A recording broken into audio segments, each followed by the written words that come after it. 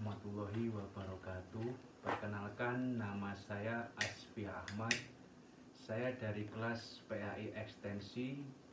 Di sini saya mau membuat video tentang pelajaran pengantar filsafat untuk memenuhi tugas dari Bapak Mukhlison. Langsung saja di sini saya akan menerangkan tentang apa itu pengertian filsafat pada zaman patristik dan pada zaman skolastik. Jadi di sini ada sedikit perbedaan mungkin. Jadi patristik sendiri itu berasal dari kata Latin patres yang memiliki arti golongan atau ahli agama Kristen pada abad awal dari agama yang dibawa gereja.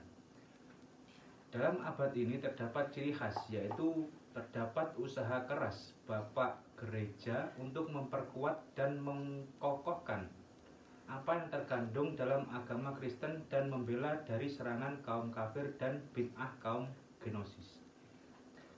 Nah, pada zaman patristik ini, filsafat pada zaman ini itu berlangsung agak sedikit lama ya. Jadi pada abad kedua sampai abad ke-7, yaitu lumayan jauh. Kemudian pada zaman ini juga itu ada tokoh-tokoh yang berada dalam zaman tersebut.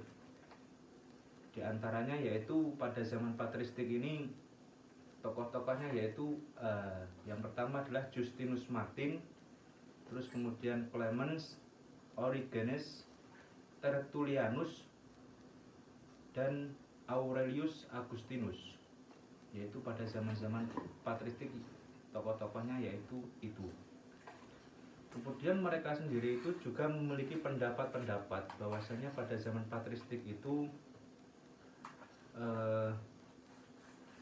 pendapat mereka pada zaman ini itu yaitu yang pertama, Justinus Martin itu mengatakan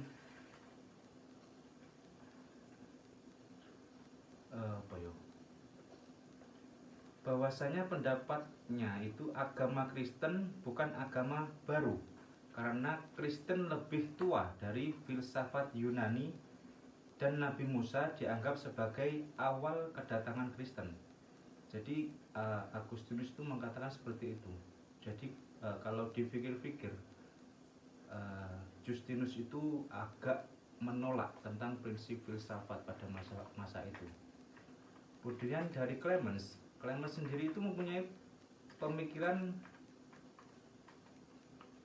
bahwasanya ia membatasi terhadap ajaran Kristen untuk mempertahankan diri dari kekuasaan filsafat Yunani, yang kemudian memerangi ajaran yang anti-Kristen dengan menggunakan filsafat.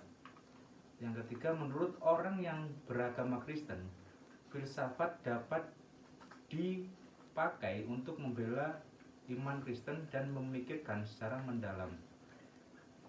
Sedang menurut Clemens, kesimpulannya yaitu Tuhan itu di luar kategori ruang dan waktu. Jadi Tuhan itu transcendence.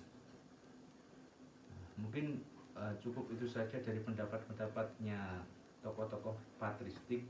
Lanjut saja pada pengertian yang skolastik. Jadi pada filsafat pada zaman skolastik itu menurut pengertiannya sendiri, skolastik itu kata sifat yang berasal dari kata school yang berarti sekolah, atau dari kata schooler yang mempunyai arti kurang lebih sama, yaitu ajaran atau sekolah. Jadi skolastik berarti aliran atau yang berkaitan dengan sekolahan. Jadi seperti itu. Jadi ajaran yang diajarkan pada sekolah, mungkin seperti itu lebih simpelnya. Nama skolastik menunjuk pada besarnya peranan sekolah-sekolah ya, mungkin seperti itu ya, dan biara-biara dalam pengembangan pemikiran-pemikiran filsafat. Jadi pada zaman skolastik itu pemikiran-pemikiran filsafat tentang keagamaan mungkin itu dikembangkan melalui metode mereka itu membuat satu seperti lembaga itu untuk menampung orang-orang yang mau belajar, yang nantinya orang-orang itu diharapkan untuk bisa meneruskan perjuangan bapak-bapak Kristen, mungkin seperti itu, untuk meneruskan tali estafet keagamaan, untuk menyebarkan agama-agama, gitu ya. Kemudian di baliknya itu juga ada tokoh-tokoh yang menaungi sih. Ya, ada tokoh-tokoh di balik zaman itu, yaitu diantaranya adalah Agustinus dan Kaisar Karel Agung, yang mereka juga memiliki pendapat bahwasanya pada zaman skolastik itu mungkin ada harapan bagi mereka, sehingga mereka itu mempunyai pendapat-pendapat bahwasanya Agustinus dalam pemikirannya dia mengatakan di balik ketertiban alam semesta ini pasti ada yang mengendalikan, yaitu Tuhan. Kebenaran yang mutlak tertuju pada ajaran agama. Jadi pemikiran-pemikiran yang mereka keluarkan atau mereka imajinasikan, pemikiran-pemikiran mereka sendiri, itu mungkin tidak bisa dianggap atau tidak bisa diterima kalau pemikiran mereka itu tidak berkesan dengan adanya Tuhan pada ajaran agama. Mungkin seperti itu mungkin yang dimaksud dari Agustinus. Jadi pembahasan kali ini tentang pengertian filsafat pada zaman patristik dan skolastik. Mereka itu pada zaman itu mungkin ada yang menerima, juga ada yang menolak tentang ajaran filsafat pada zaman itu, karena pada zaman itu filsafat itu sangat gencar pada zaman Yunani. Jadi mungkin pada zaman patristik itu mereka itu sangat membentengi agama mereka, terutama agama Kristen, agar supaya agama mereka itu tidak tercampur oleh orang-orang yang mau menyelewengkan ajaran-ajaran yang sangat kompleks mungkin menurut agama Kristen. Kemudian pada zaman skolastik, pada zaman setelah patristik, karena pada zaman patristik sendiri itu pada abad pertama atau pada abad 100 pada tahun 100 Masehi sampai 700 Masehi, zaman patristik itu agak sedikit goyah karena adanya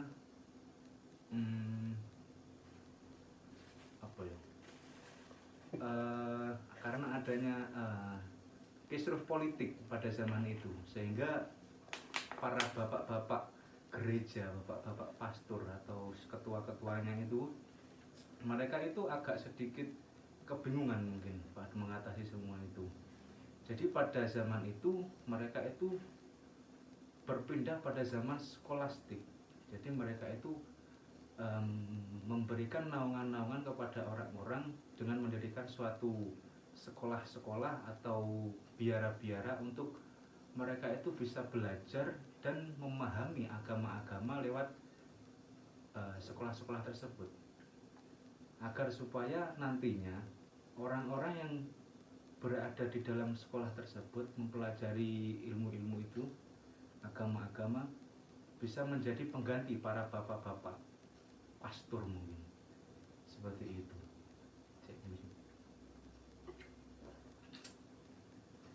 Jadi kurang lebihnya pembahasan tentang skolastik dan patristik itu sebenarnya pemikiran-pemikiran mereka itu sama sebenarnya, yaitu untuk memperjuangkan garis lurus keagamaan agar tidak tercampur oleh filsafat-filsafat atau pemikiran-pemikiran orang yang mau menyelewengkan agama, mungkin seperti itu. cuma memiliki tujuan yang sama tapi dengan cara yang berbeda. Tujuan yang pertama patristik itu Bapak itu langsung turun dan melakukan dakwah bahasanya, dakwah kepada masyarakat dengan agar tidak terlalu memikirkan filsafat itu sebagai pegangan hidup. Kemudian kalau skolastik itu mereka sudah agak modern, mereka itu mendirikan satu sekolah-sekolah atau biara-biara agar lebih kompleks atau lebih mudah menyebarkan agama-agama, dan kemudian nantinya bisa orang-orang yang berada dalam sekolah tersebut bisa meneruskan perjuangan bapak-bapak mereka. Mungkin perbandingannya, persamaannya ada di situ. Mereka itu sama-sama berjuang tapi dengan cara yang berbeda. Ya mungkin cukup seperti itu penjelasan saya mengenai filsafat pada zaman patristik dan skolastik. Mungkin kalau ada salah dan lebihnya bisa dibenarkan masing-masing, karena kita di sini juga sama-sama masih belajar memahami tentang filsafat itu seperti apa dan bagaimana pemikiran-pemikiran yang ya seperti itulah. Jadi mungkin sekian dari saya atas sampainya materi saya. Sekian, wassalamualaikum warahmatullahi wabarakatuh.